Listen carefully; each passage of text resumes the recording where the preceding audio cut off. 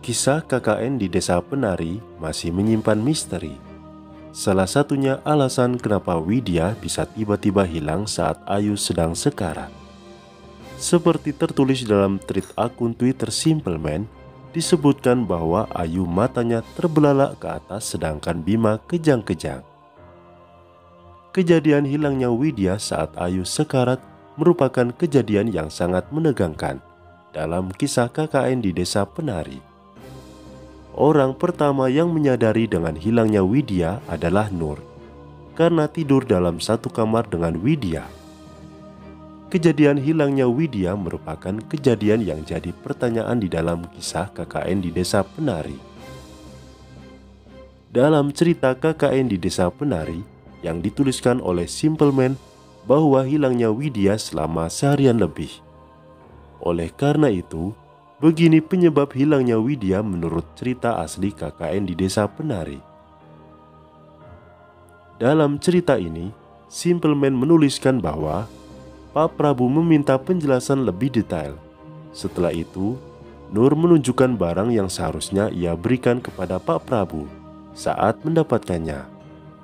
Tepat ketika membuka kotak itu, Pak Prabu yang melihatnya kaget bukan main. Sampai ia tiba-tiba berteriak marah, "Dapat dari mana kamu benda ini?" Nur yang kaget kemudian menjelaskan sisa ceritanya. Di sana, Pak Prabu terlihat frustasi. Ia kemudian mengatakan kepada Nur, "Bila sampai temanmu tidak ditemukan, ikhlaskan, biar aku yang menghadapi sisanya." Nur pun bertanya, benda apa itu sebenarnya? Namun Pak Prabu tidak bicara. Ia harus menunggu datangnya Mbah Buyut yang akan menceritakan semuanya. Berjam-jam sudah dilewati, namun belum ada kabar satupun dari warga yang kembali. Sampai terdengar suara motor mendekat. Manakala Nur dan Pak Prabu berdiri untuk melihat sesiapa yang datang. Mbah Buyut mendekat dengan tergopoh-gopoh, seakan mencari sesuatu. Mbah Buyut mengambil kawaturi, kemudian bertanya siapa yang punya. Nur mendekat, menjelaskan semuanya. Ekspresi tenang Mbah Buyut tidak terlihat sama sekali. Kemudian ia menatap Ayu. Hela nafas berat Mbah Buyut keluarkan. Kemudian ia meminta Pak Prabu membuatkan kopi hitam. Mbah Buyut duduk sembari berpikir. Banyak pertanyaan yang ia ajukan. Mulai sejak kapan ada benda seperti ini di sini? Lalu, bagaimana bisa selendang itu dimiliki Ayu?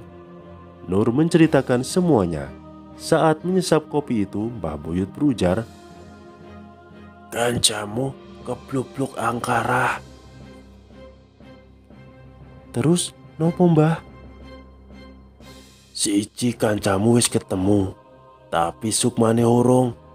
Tenang sik yo." Tidak beberapa lama, kerumunan warga mendekat. Wahyu masuk, wajahnya pucat. Seorang warga membopong seseorang. Ketika Nur melihatnya, ia tidak bisa menghentikan jeritanya. Manakala melihat Bima kejang-kejang layaknya seorang yang terkena epilepsi. Wahyu segera memeluknya, menutupi Nur agar tidak melihat Bima yang menjadi seperti itu. Mbah Buyut kemudian mengatakan bahwa sukma dua orang ini sedang terjebak. Namun ada satu orang yang bukan hanya sukmanya yang hilang atau disesatkan, melainkan raganya juga ikut disesatkan. Ia adalah Widya, orang yang paling diinginkan oleh Badarauhi, namun ia meleset. Mbah Buyut menunjukkan kawaturi yang harusnya memiliki pasangan.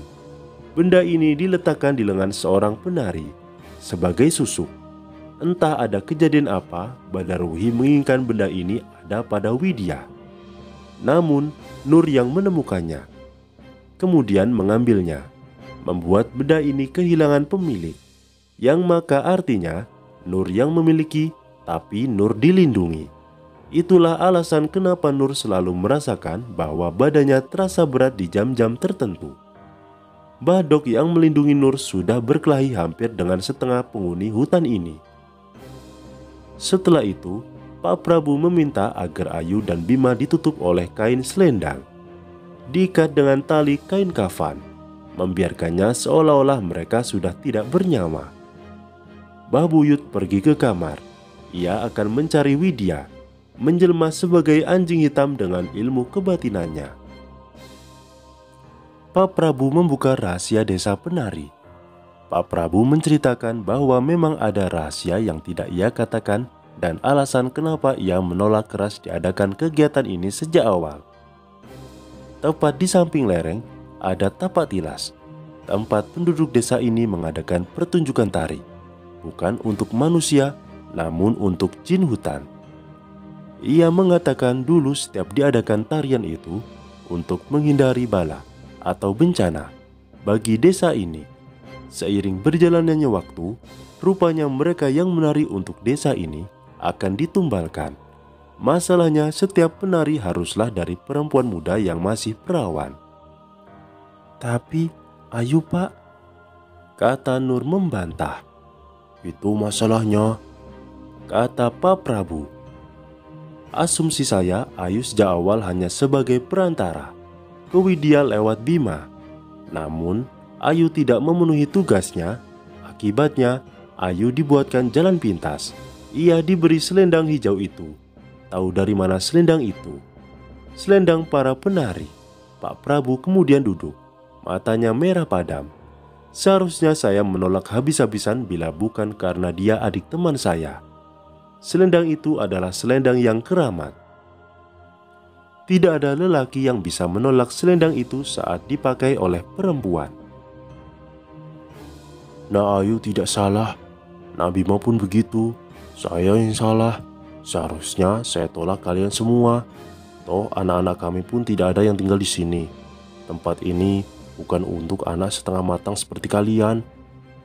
Mendengar itu, membuat Nur tidak kuasa melihat Ayu. Hari semakin petang. Ketika matahari sudah benar-benar tenggelam, terdengar orang berteriak heboh. Ia meneriakkan bila Widya sudah ketemu. Saat itu juga Mbah Buyut keluar. Wajahnya tampak kecewa. Sepertinya ia tidak bisa membawa Ayu dan Bima pulang. Lebih tepatnya belum. Momen ketika melihat Widya membuat Nur tidak bisa bicara apa-apa. Ia berjalan dengan gagu, seperti baru saja menghadapi peristiwa yang sangat berat. Bahkan, Widya berjalan dengan mata yang kosong. Ia melihat Ayu terus-menerus, mencoba memahami sesuatu. Wid, tekan di awakmu, tanya Nur. Onopo iki Nur? Kata Widya. Matanya sembab melihat Ayu dan Bima terbujur. Nur tidak sanggup menceritakannya. Wahyu kemudian berdiri mengatakan sesuatu. Widya menjerit sejadi-jadinya, semua diam. Selang beberapa saat Mbah Buyut keluar. Ia memanggil Widya, menyuruhnya untuk masuk dan entah apa yang mereka bicarakan. Nur masih mencoba membangunkan Ayu, meski hal itu mustahil bisa dilakukan. Ketika melihat Mbah Buyut keluar, Nur, Wahyu dan Anton yang baru tiba ikut masuk ke dapur. Ia hanya melihat Widya murung, seperti memikirkan sesuatu. Wahyu yang sedari tadi sudah menahan diri, mengatakan bahwa Bima dan Ayu sudah kelewatan sehingga mereka juga kena getahnya. Berdasarkan uraian cerita nyata KKN di desa penari di atas, diterangkan bahwa Widya tiba-tiba hilang karena sudah ditawan oleh Badarawi. Benda mistis yang disebutkan di atas telah memperkuat kenapa Widya bisa ditawan. Demikian itulah mengapa Widya tiba-tiba hilang di saat Ayu sedang sekarat dalam kisah KKN di desa penari.